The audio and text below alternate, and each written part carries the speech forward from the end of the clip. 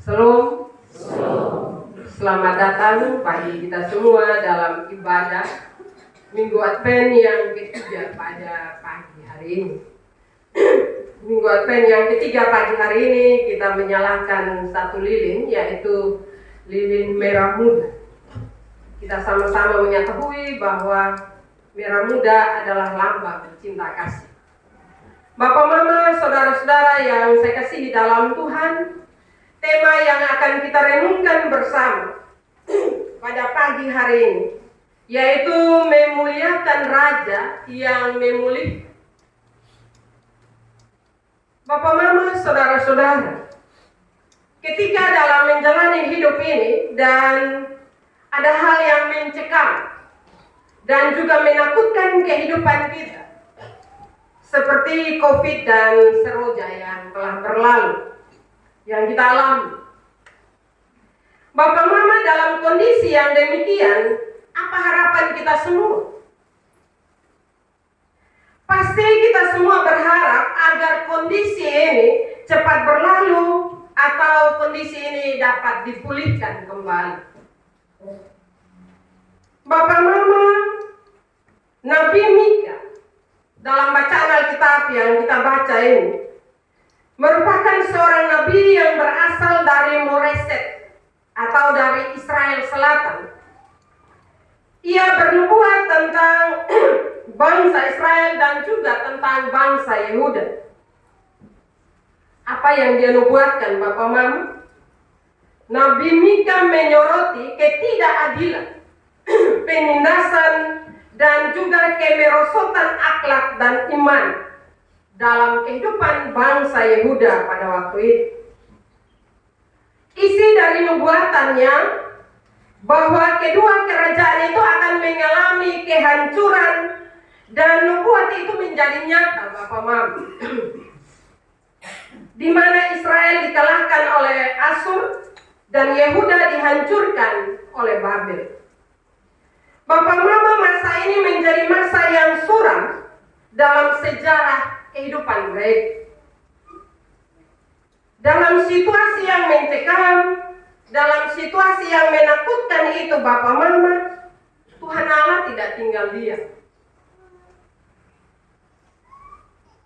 Ia merancangkan dan memulai masa pemulihan bagi umat, yaitu melalui kedatangan Mesias yang akan datang di Bethlehem, sebuah kota kecil yang tampaknya tidak berarti, tetapi dipilih oleh Tuhan untuk menjadi tempat kelahiran Raja Damai. Bapak, Mama, saudara-saudara yang saya kasihi dalam Tuhan, ini mau mengingatkan kita, Bapak, Mama, bahwa kalau raja itu datang pasti dia memilih tempat yang mewah, tempat yang baik, yang menyenangkan, dan juga nyaman. Tetapi Raja Damai yang dinubuatkan oleh Nabi Mika, dia memilih satu tempat yang tempat kecil, yang tempat itu mungkin tidak masuk dalam hitungan. Tetapi justru tempat itu dipilih untuk lahir Sang Juru Selamat. Yesus datang untuk membuktikan bahwa dia ada dalam kerendahan hati. Dan dalam kerendahan hati itu, dalam suasana yang rendah itu, dia mau datang. Supaya kenapa, Bapak, Mama? Supaya kita dapat menerimanya. Pertanyaan bagi kita, apakah kita menerima kehadiran Yesus dalam kehidupan kita? Karena Yesus peduli, Allah peduli dengan kita. Sehingga nubuatan Nabi Mika itu mengingatkan bangsa Israel, bangsa Yehuda, tetapi juga mau mengingatkan kita bahwa Tuhan mau datang dalam kesederhanaan. Sekali lagi supaya kita menerimanya. Bapak, Mama, kita semua dipanggil untuk memuliakan Raja yang lahir di Bethlehem.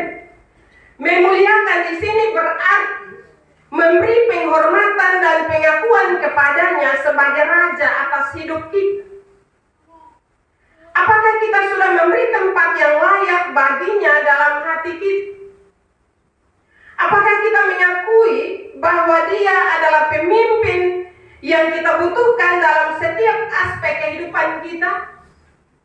dalam kenyataan hidup kita di masa kita sekarang. Sekali lagi Bapak Mama, apakah kita mengakui bahwa Yesus adalah pemimpin yang kita butuh dalam setiap aspek kehidupan kita?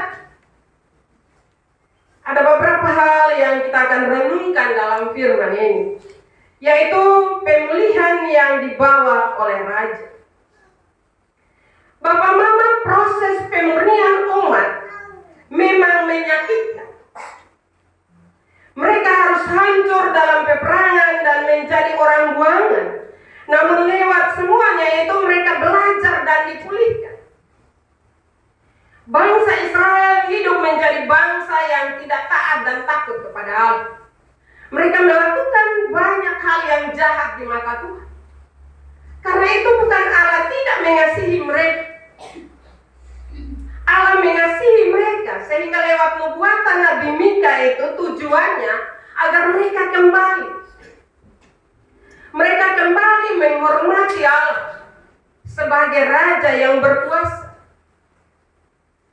Bapak Mama, saudara-saudara yang saya kasihi dalam Tuhan.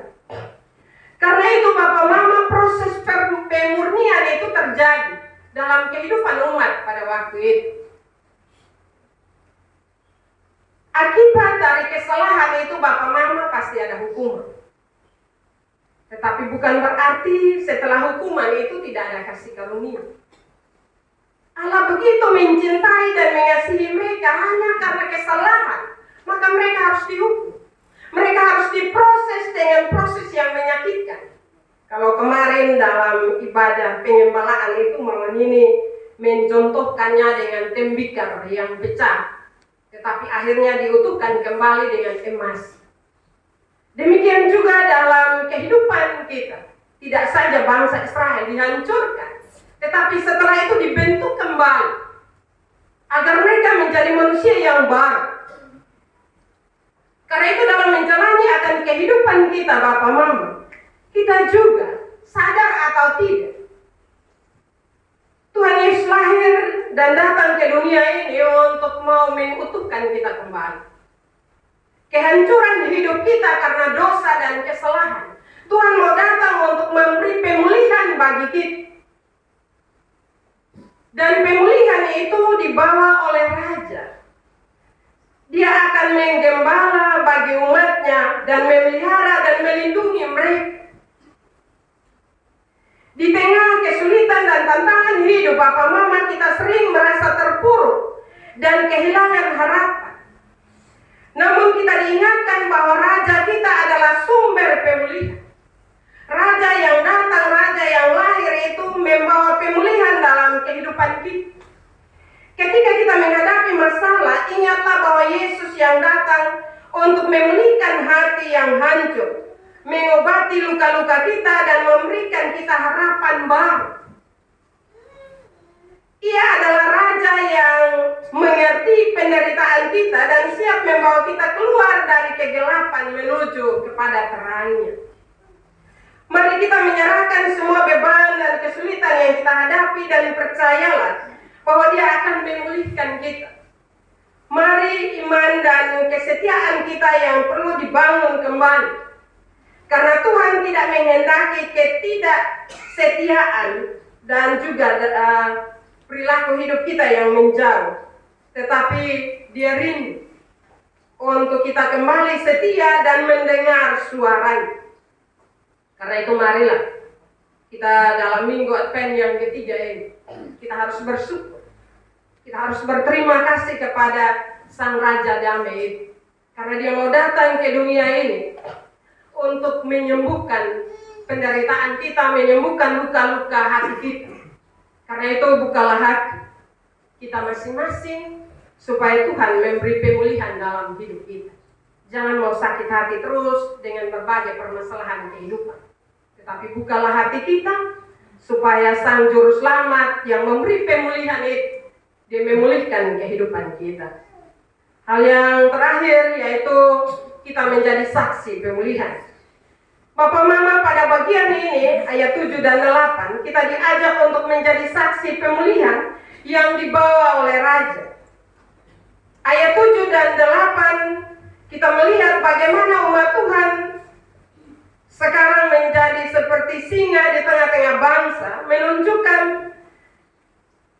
adanya otoritas yang diberikan olehnya.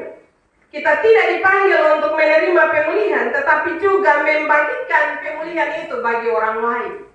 Kita masing-masing diberi tanggung jawab. Marilah kita berbagi kasih, pengharapan, dan pemulihan yang kita terima dari Tuhan itu bagi sesama kita. Jangan hanya kita mau terima pemulihan, tetapi kita tidak mau berbagi pemulihan itu bagi orang-orang yang ada di sekitar kita. Ia yang datang sebagai Mesias untuk memulihkan dan menyelamatkan, sehingga kita memiliki harapan tentang masa depan yang lebih baik. Karena itu patutlah kita bersyukur dan memuji Dia yang datang itu dalam kehidupan kita. Terimalah Dia, Bapak Mama. Kalau dulu bangsa Israel, Tuhan datang, Dia harus lahir di kandang. Dalam situasi kita saat ini, apakah kita yang sudah mengerti tentang kebenaran firman Tuhan? Masihkah kita mau untuk Yesus tetap lahir di kandang? Saya percaya tidak demikian.